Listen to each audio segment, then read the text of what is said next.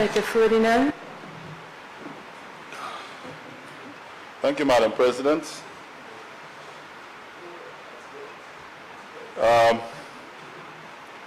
This motion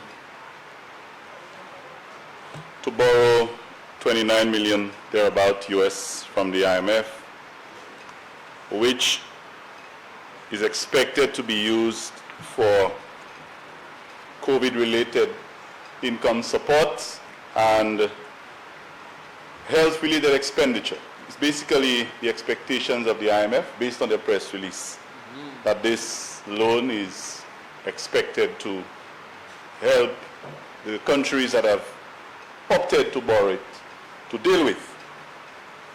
Madam President, I recall the letter that was used or that was written on behalf of taxpayers by the government to source the loan. Prime Minister indicated that he chose to make it public. He didn't have to. And so I start on that note that the IMF has indicated that there's a loan facility available to assist COVID, for COVID support for countries, and if our country chose to access the loan, so be it. But our country is accessing the loan on our behalf, we are the taxpayers, and the Prime Minister is acting on our behalf. So if you are going to borrow money on our behalf, that will be repaid by our taxpayers. You can't be telling us that you chose to let us see. It is our right to know because you're acting on our behalf. This is our money and you're acting on our behalf. So this is not a loan that you're sourcing for yourself, Madam President. It's a loan that you're accessing on behalf of the people.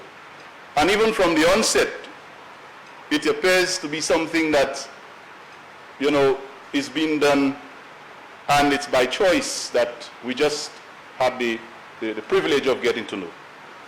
Thankfully, we got the information, and I'm just saying to begin with that when the government seeks to borrow money on behalf of the citizens, it's the citizens who pay back, and it's their business, and they have a right to know. It's not a privilege. So, Madam President, the other thing I notice that happens is that here we are borrowing from the IMF, something that most countries avoid because, of course, we are not going into structural adjustment, we know that. But once it has to do with the IMF, people are always very conscious of conditions, conditionalities, whether they are direct or implied. And going to borrow from the IMF, and I heard the leader of government business mentioning that the IMF was telling governments it's a good time not to be afraid to borrow. Just because there's a facility available doesn't mean that it's a free-for-all and everybody should run to get it, you know? And make it seem as if it's an achievement. It's something so wonderful. Oh, we're going to borrow from the IMF. Isn't that great? No. If we have to, let us do so. But we're not going to boast about having to go to the IMF to borrow money. If we could have done without it, it would be much better. So it's not an achievement. And it's not something for us to beat our chest about, Madam President. While we may find ourselves in circumstances where that is necessary, but if it becomes necessary, it's not something to gloat about. So, Madam President, here we are. We've decided that we're borrowing 29 million US, about 70 plus million EC dollars. And the IMF has made it very clear what the purpose of this loan facility should be.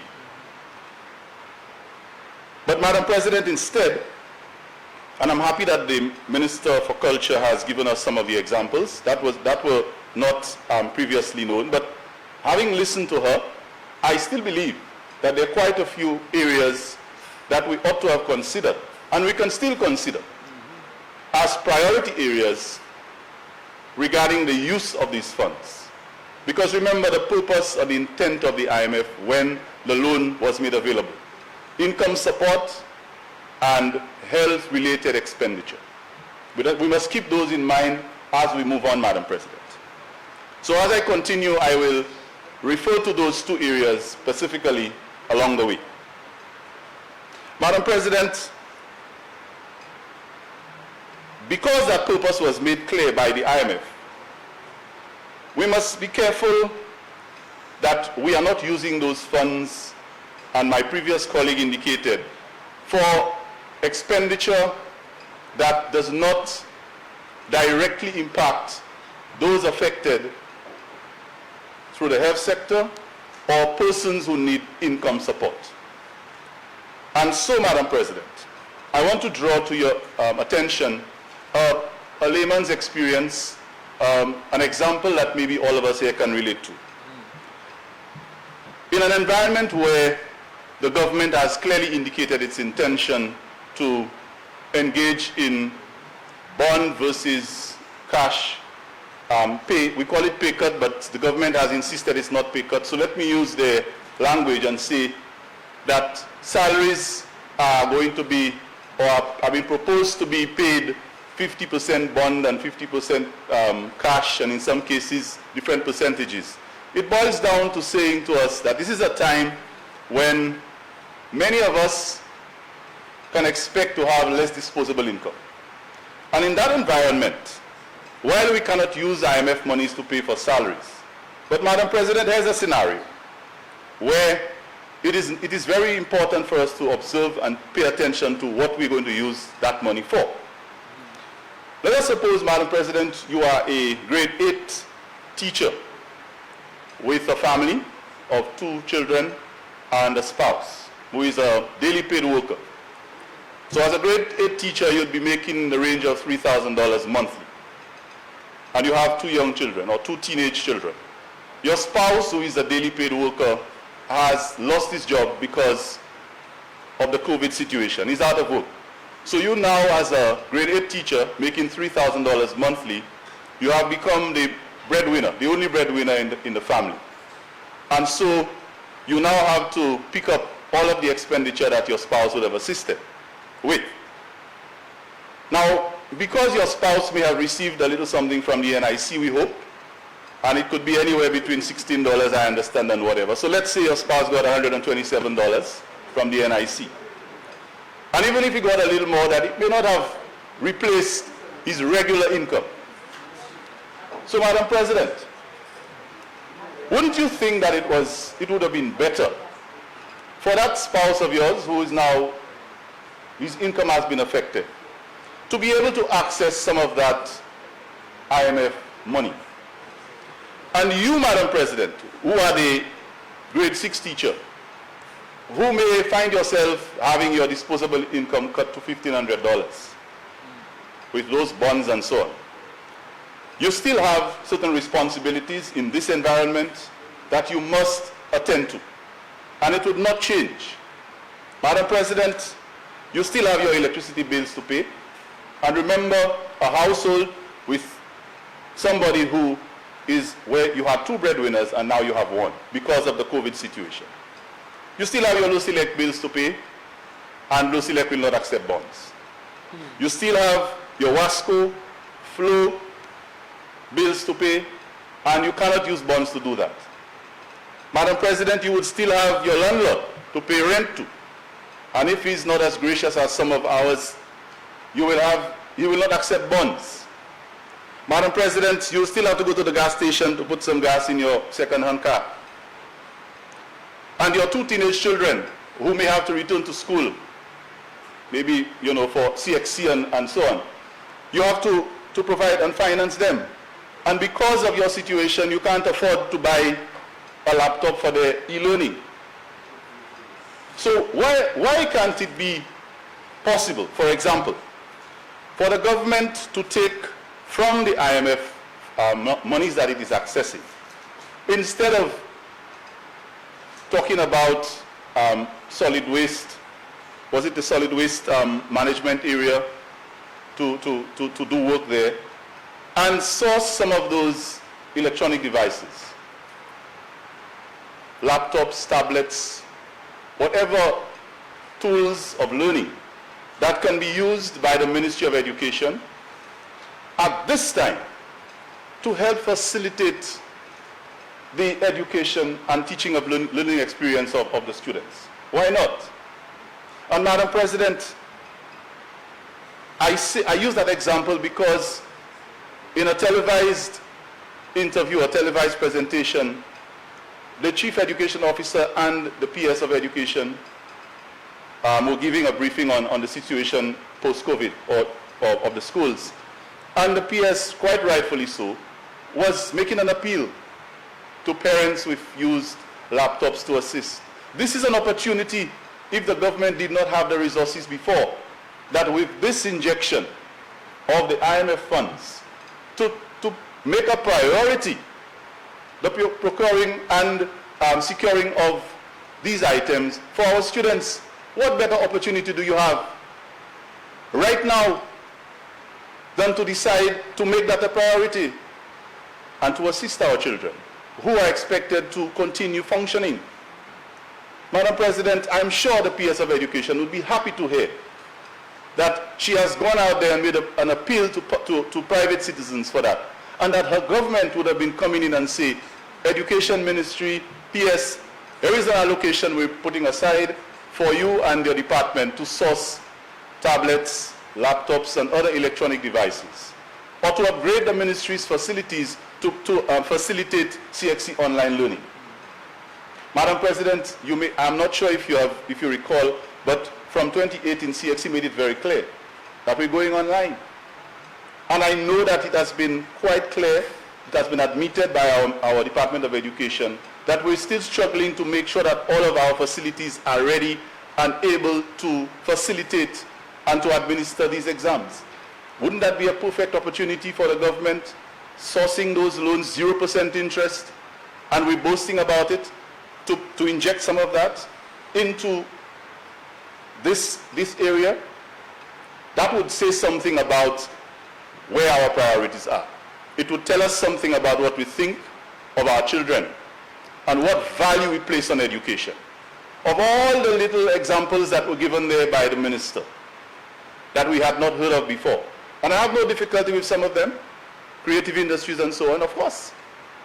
I didn't hear one example that related to resources that can empower or that can subsidize or assist our education system. And that is an indictment, Madam President. That's an opportunity that the government is missing right now. So, Madam President, maybe we still have the time to make the adjustment. Maybe we still do. Now, I think I heard something mentioned about the taxi drivers, and that would be welcome. But I want to appeal and ask, this one I'd probably want to say it in Creole because I have a few friends who are more comfortable with that language. So I'll say, Madam President, Madam President, nous n'y avons des camarades nous qui bus driver sous chimère. Et puis, mon cocktail lazo, dan, falta, asu bus route blanchard. Yo te gars ils savent qui yo li pour chayer 7 passagers, 9 passagers et pas 14 et 15 comme l'habitude. Est-ce que yo pas de gars bien content? Yo ni pour payer plus que $11 pour gaz. Et mais yo ni pour chayer moun 7 moun et puis 9 moun en machine yo. Et yo a sous chimé à carrosse. Est-ce que pas de gars bon pour yo savent dans l'agence IMF ça yo ka jouer nan ti kakadan pour aider yo. Moi assi yo te kay kote ça. Gouvernement ni temps pour ça, garder après ça parce que c'est bus driver après en ouvrir économie, yo a sous chimé. Et puis yo ni droit pour jouer nan anti kakadan ça. So, Madam President, I believe that some of the priorities regarding the use of these monies is badly misplaced. And the government needs again to revisit, before we go about saying we got money and we're getting money from the IMF, and we're putting it into concrete and steel or into whatever it is we're putting it, we have to look at the basic needs of people. And the vulnerable among us, I always say in this honorable house, this is somewhere that nobody can find me being inconsistent, that when we speak of vulnerability, one of the most vulnerable segments or departments of our country is school children, the young among us, children. Their parents may have resources, but they remain vulnerable in several ways. The education system is where our human resources being developed. And everything we do We must demonstrate that we have them as a priority. And I'm afraid I haven't seen that this time. Once again, I haven't seen it. Madam President, it is reflected in the estimates, and this is not something that we created, that part of the IMF loan is intended to get into all of these construction projects that I don't want to go back into because they've been spoken about. And I see these as merely projects to appease the population ahead of elections, campaign. And I'm seeing that happening while we talk about tightening up and making sacrifices. If I had seen those monies directed towards the examples that I gave and more of the examples that the minister gave, I would have been a lot more comfortable. Madam President, I will once again remind us that the Minister of Health sits in this honorable house. And I remembered when I started my presentation, I did indicate, according to the IMF, that the two priority areas or the two areas of concern upon making the loan facility available were for income support and health-related services. So, Madam President, I don't think I got much of it in her initial presentation. So through you, Madam President, I would like to ask the Minister, hopefully in her rebuttal, to indicate to this Honorable House what are the clear areas or the examples of the health-related areas that are being accounted for or are being dealt with or catered for from this IMF loan. Please identify these areas. Let us know that even if we faltered in the area of education and some other examples I gave regarding the bus drivers and so on, or even the farmers who may not have gotten their fair share, that at least as a member of the Cabinet of Ministers, she would have lobbied. She can show us the evidence that she has lobbied on behalf of what she considers her constituency of health, so that her colleagues, even if she can say she didn't get it, she could say that she had lobbied. So, Madam President, I'm looking forward to a response regarding the extent to which the funds that are being secured from the IMF are being utilized or are being allocated towards health-related expenditure, directly related to the health department for our health frontline workers that we're always clapping for and we're always saying good job to. So, Madam President, I want to wrap up now. And I want to say that since the IMF intention for making the loan facility available was very clear, I am not certain that the government has demonstrated a similar intent. I may not know what else is there, and it would be the government's business to inform us anyway. The press release that was referred to earlier is an example. Perhaps they will have to come up with a few others subsequent to today. But I would like to know that the government's intention for spending these monies is in sync with the IMF's intention of loaning it to us. That is essentially what we need to make sure. And if we are on the same page with that, I don't think we will be speculating or even making comments about what else the government is doing.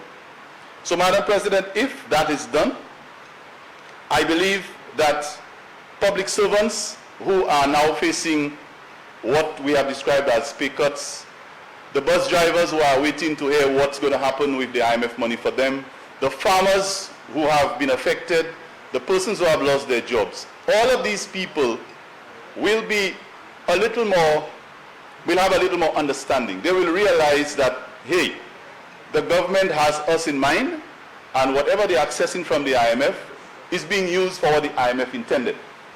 So, Madam President, I look forward to a response to that.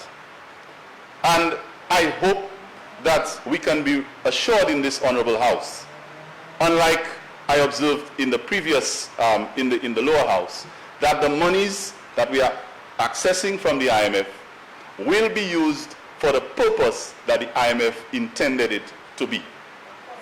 And that would satisfy not only myself, but the average St. Lucian who knows that going to the IMF to borrow money is not always a desirable thing to do. So, Madam President, I look forward to the response, and I hope it will be a favorable, honest, and justifiable one. Thank you, Madam President.